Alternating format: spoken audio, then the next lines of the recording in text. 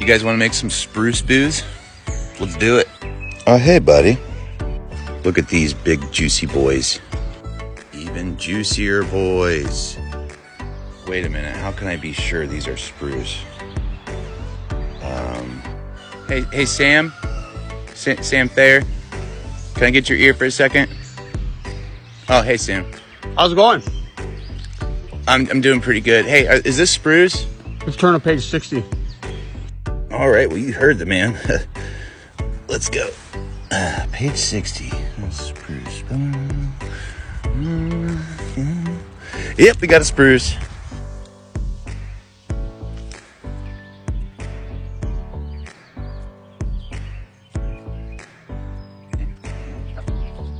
So we ain't gonna do this fancy, all right? We're just not. We're gonna do it like my grandpappy did.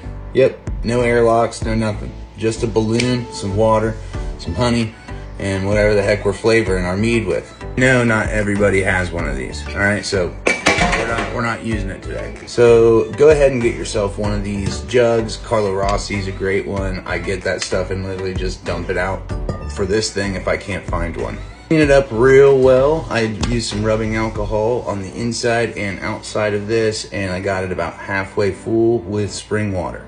Go ahead and put your ½ gallon of spring water on into your receptacle, and we're gonna bring it up to a boil. We're about to a boil, so we're gonna add about 3 pounds of honey. Let's stir it in real well until all of the honey has merged with the water. Spring water. I'm gonna squeeze the juice of 2 oranges in. We're gonna put the peels in as well. Add a splash of this lemon ginger. Stir it all in, and I'm gonna let this steep, and I'm gonna drop the heat down to a simmer. These tips have a natural yeast inside of them, so I'm going to put some of this in for flavoring, and then as it cools, I'm going to put some in for their yeast. Beautiful.